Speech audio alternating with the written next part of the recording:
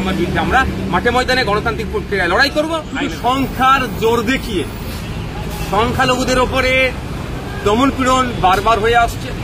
Warship অ্যাক্টকে হয়ে যাবার পরও মসজিদের নিচে মন্দির খুঁজে পাচ্ছে এরা বেকারত্ব কিভাবে কমাবে তা নিয়ে কোনো প্রশ্ন নেই। কালো টাকা বিদেশ থেকে ফিরিয়ে নিয়ে আসবে কে সেই বিষয়ে আর শব্দ প্রয়োগ করছে না।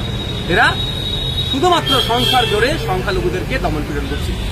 এই অ্যামেন্ডমেন্টের নামে, সংশোধনীর নামে সংখ্যালঘু মুসলমানদের অধিকার কেড়ে নেওয়ার অপচেষ্টা, এর বিরুদ্ধে আমরা তারা সংখ্যায় পাশ করিয়ে নিলেও আমরা মাঠে ময়দানে গণতান্ত্রিক প্রক্রিয়ায় এই বিলের আমরা প্রতিবাদ জানাবো এবং সর্বোচ্চ বিচারালয়ে গিয়ে আমরা বিচারের জন্য হব। কারণ আমি একটা কথা বলি, ওয়াক বাই ইউজার মৌখিক সেবা, যেটাকে মৌখিক দান, আজকের ডেটেও বলছি সুপ্রিম কোর্ট এটাকে ভ্যালিড বলছে।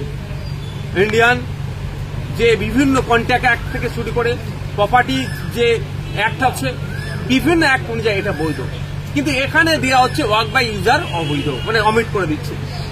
যদি বিজেপি বলছে এটা হিন্দু মুসলিম মহিলাদের জন্য, মুসলিম বিধবাদের জন্য, মুসলিম ডিভোর্সিদের জন্য, মুসলিম পিছিয়ে বর্গের যারা তাদেরকে এম্পাওয়ার করার জন্য এটা করছে, তাহলে এটা বলতে পারতো যে আজকের ডেটে বিল পাস হয়েছে, আজকের পর থেকে আর ওয়াক বাই ইউজার বৈধ হবে না।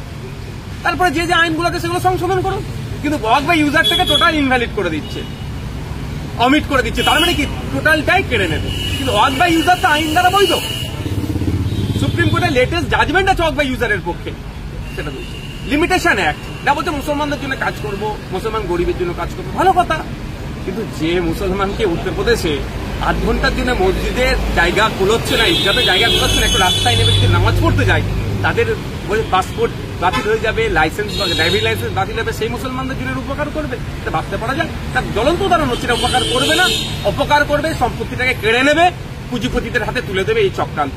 কারণ আপনি লিমিটেশন অ্যাক্ট শুধুমাত্র মুসলিম সম্পত্তির ওপরে নয়, এই লিমিটেশন অ্যাক্টটা প্রযোজ্য নয় হিন্দু, জৈন, খ্রিস্টান, আরো যে সমস্ত বৌদ্ধ, যে সমস্ত ধর্মাবলম্বী আছেন ভারতবর্ষে আমাদের, তাদের ধর্মীয় সম্পত্তির উপরে লিমিটেশন অ্যাক্ট প্রযোজ্য নয়। কিন্তু আমরা কি দেখলাম, এটাকে অমিট করছে শুধুমাত্র ওয়াকাফের ক্ষেত্রে, তাহলে মুসলিমদের সাথে বৈষম্য হচ্ছে।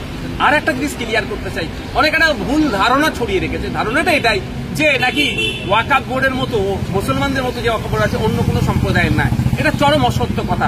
পার্সিদের জন্য নিজস্ব বোর্ড আছে, বুদ্ধিস্টের জন্য আলাদা নিজস্ব বোর্ড আছে, শিখেদের জন্য আলাদা বোর্ড আছে, হিন্দু ভাইদের জন্য টেম্পেল অ্যাক্ট আছে, যেটা কাশী বৈশ্বনাথ টেম্পেল অ্যাক্ট 1900 সালের 83 দিকে হবে। তো এইগুলো আলাদা আলাদা অ্যাক্ট আছে এবং সেই অ্যাক্টে এখানে সরাসরিভাবে বলা আছে, কাশী বৈশ্বনাথ টেম্পেল অ্যাক্ট যেটা আছে, উত্তরপ্রদেশ কাশী বৈশ্বনাথ টেম্পেল অ্যাক্টে বলা আছে যে অহিন্দু এই কমিটির মধ্যে কেউ থাকতে পারবে না। এই কমিটির এবং আরো যে সমস্ত অন্ধ্রপ্রদেশ, কর্ণাটকা, কেরালা, উড়িষ্যা, যেমন আমাদের উড়িষ্যাতে বিখ্যাত মন্দির আছে জগন্নাথ মন্দির, ওখানে যে রাষ্ট্রের যে অ্যাক্ট আছে সে অ্যাক্টে পুরো সরাসরি বলা আছে যে অহিন্দু এখানে থাকতে পারবে না।